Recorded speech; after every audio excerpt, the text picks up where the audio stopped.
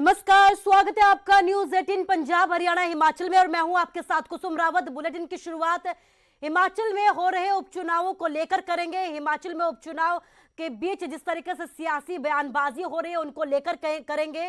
BJP विधायक जवाहर ठाकुर के बाद अब पार्टी के पूर्व प्रदेशाध्यक्ष सतपाल सिंह सत्ती ने भी महिलाओं को लेकर एक गैर जिम्मेदाराना बयान दिया है।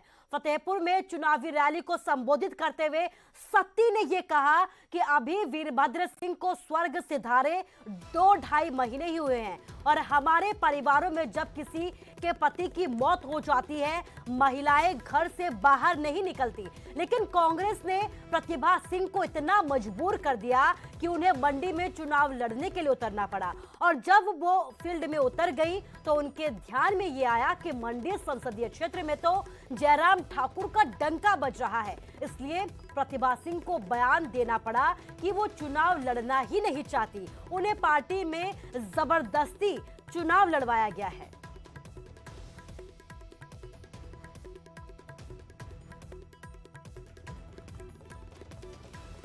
कांग्रेस के लोगों ने जैसे प्रतिभा सिंह जी को एमपी के चुनाव में फंसाया है कि आप ही लड़ सकती हैं, क्योंकि कांग्रेस के लोगों को पता है परिणाम क्या होना है, उनको मंडी का भी पता है एमपी के चुनाव में क्या होना है, इसलिए सब लोग प्रतिभा सिंह जी के पीछे पड़ गए कि आप ही चुनाव लड़ सकती हैं, जबकि वीरभद्र सिंह जी को स्वर्ग सिधारे अभी 2-2.5 महीने हुए हैं। हमारे परिवारों में महिलाएं बाहर नहीं निकलती हैं, नहीं जाते हैं। इन्होंने इतना मजबूर कर दिया उनको कि चुनाव लड़वा दिया। जब प्रतिभा सिंह जी फील्ड में गए तो उनके ध्यान में आया कि भाई मंडी पार्लियामेंट तो जयराम ठाकुर जी का डंका बज रहा है, मेरी हालत तो बड़ी खराब है।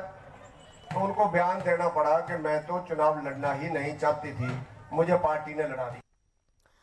और हमारे साथ सतपाल सिंह सत्ती पूर्व अध्यक्ष हिमाचल बीजेपी के जुड़ गए हैं। सत्ती साहब, बहुत बहुत स्वागत है आपका न्यूज 18 पर। नमस्कार जी। नमस्कार जी। सत्ती जी, आपसे ये जानना चाहूंगी कि आप बीजेपी के बड़े लीडर हैं, आखिर आप लोग प्रतिभा जी के पीछे क्यों पड़े हैं? नहीं, उसमें ऐसा नहीं है जी। प्रतिभा जी का हमारे मन में पूरा मान सम्मान है। वो हिमाचल प्रदेश के एक प्रतिष्ठित परिवार से एक मुखिया है जी, लेकिन चुनावों की दृष्टि से जैसा मैंने बोला है वो उन्होंने खुद बयान दिया है कि मैं चुनाव नहीं लड़ना चाहती थी जी, और वैसे भी आप लोग जानते हैं कि कई बार किसी के घर में दुख हो जाए जी, कोई ऐसा, क्योंकि इससे बड़ा दुख तो कोई नहीं हो सकता कि पूर्व मुख्यमंत्री वीरभद्र सिंह जी स्वर्ग सिधार गए जी, और उनके पति हैं और परिवार के मुखिया और हिमाचल प्रदेश में उनका बहुत बड़ा योगदान रहा है राजनीति में। तो कांग्रेस के अच्छे अच्छे लीडर थे जो चुनाव लड़ सकते थे आज उपचुनाव में, लेकिन इन लोगों ने यानी मेरा ये मानना है कि इन लोगों ने वीरभद्र सिंह जी के परिवार से बदला लेने के लिए प्रतिभा सिंह जी को मजबूर कर दिया कि आप ही लड़ सकते हैं, आपसे सशक्त कोई नहीं है। इसमें कोई दो राय नहीं है कि उनका एक नाम है, वो पहले भी एमपी रहे हैं और वीरभद्र सिंह जी के धर्मपत्नी है, उसके नाते उनका एक नाम है। लेकिन जिस परिवार में इतना दुख की घड़ी हो उस परिवार के साथ दुख बंटाना चाहिए, ना कि पार्टी का बोझ उनके ऊपर लाद देना चाहिए जी। कौल सिंह जी वहां से लड़ सकते थे और अन्य और बहुत से लीडर्स हैं। ये लोग पिछली बार भी जब लोकसभा के चुनाव हुए, उससे पिछली बार भी लोकसभा के चुनाव हुए, तो जो हिमाचल प्रदेश में कांग्रेस के बहुत बड़े लीडर्स बनते हैं अपने आप को जी, वो सारे के सारे लोग पल्ला झाड़ लेते हैं उस समय कि नहीं नहीं नहीं नहीं इसको लड़ाना चाहिए, उसको लड़ाना चाहिए जी। चुनाव लड़ने से डरते और अभी भी इन्होंने ऐसा ही किया, क्योंकि इनको पता है कि प्रतिभा सिंह जी का थोड़ा बहुत वोट पड़ भी जाएगा उनके नाम पर, वीरभद्र सिंह जी के नाम पर। अगर इनका कोई व्यक्ति लड़ेगा तो जयराम ठाकुर जी की उस पार्लियामेंट के अंदर जो कहीं नहीं टिक पाएंगे। सत्ती साहब, आपसे ये बात जानना चाहूंगी, देखिए आप जनप्रतिनिधि हैं, जनता ही आपको नेता अपना बनाती है।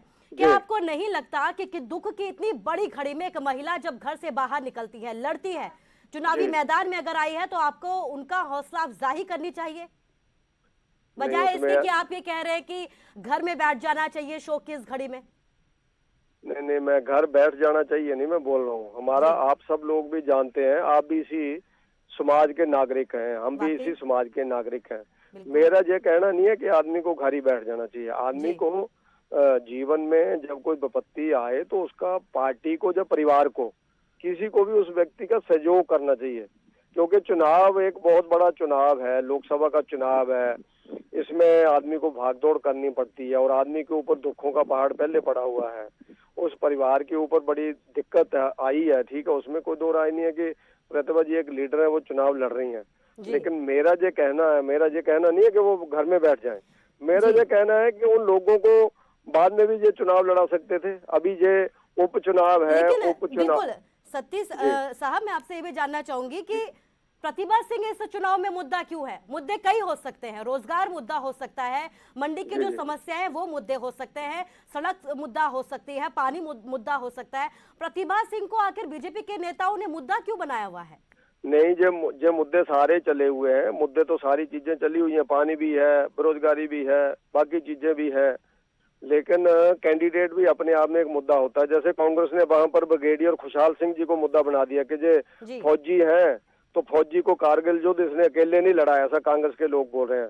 और प्रतिभा सिंह जी ने तो बोला है कि कारगिल का युद्ध कोई युद्ध था, वो तो छोटा सा युद्ध था जिसमें 52 लोग हिमाचल प्रदेश के शहीद हो गए, 557 लोग पूरे देश के, 557 लोग देश के शहीद हुए। उसको छोटा सा युद्ध बताया जा रहा है। एक भी आदमी शहीद हो जाए सैनिक तो कितना बड़ा दुख लगता है। आप स्वयं जानते हैं कारगिल युद्ध में कितना बड़ा नुकसान हुआ था हमारा। हमसे बातचीत करने के लिए आपका शुक्रिया, लेकिन ये जरूर कहना चाहूंगी कि सबसे पहले महिलाओं का सम्मान है। बातचीत के लिए शुक्रिया। प्रतिभा सिंह को लेकर विवादित बयान सतपाल सिंह सत्ती ने दिया।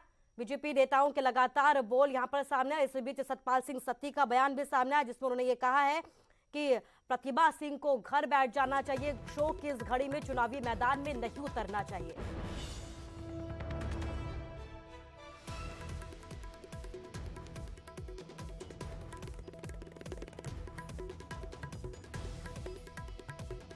तो आपको बता दें कि सत्ती से पहले द्रंग से बीजेपी विधायक जवाहर ठाकुर ने भी प्रतिभा सिंह को लेकर जो विवादित बयान दिया था वो भी आपको सुनाते हैं। हमारे गरीब से गरीब व्यक्ति भी 6 महीना 1 साल तक वो हमारी माताएं बहनें जिनका पति आज इसमें सिस्टम नहीं रहता, उसके लिए कम से कम 1 साल का मातम मनाते हैं। हमें पता नहीं अब राज दरबार के लोग हैं कैसा है वहाँ उनको, वो तो रामपुर शहर की रानी है, हमारे तो चलो एमपी पहले भी 2 बार एमपी रही है।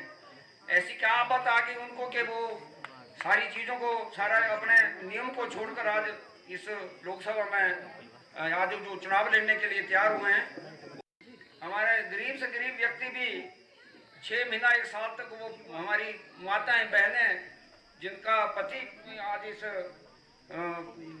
इसमें सिस्टम नहीं रहता, उसके लिए कम से कम 1 साल का मातम मनाते हैं। हमें पता नहीं अब राज दरबार के लोग हैं कैसा है वहाँ उनको, वो तो रामपुर शहर की रानी है, हमारे तो चलो एमपी पहले भी 2 बार एमपी रही है। ऐसी क्या आफत आ गई उनको कि वो सारी चीज़ों को, सारा अपने नियम को छोड़कर आज इस लोकसभा में आज जो चुनाव लड़ने के लिए तैयार हुए हैं।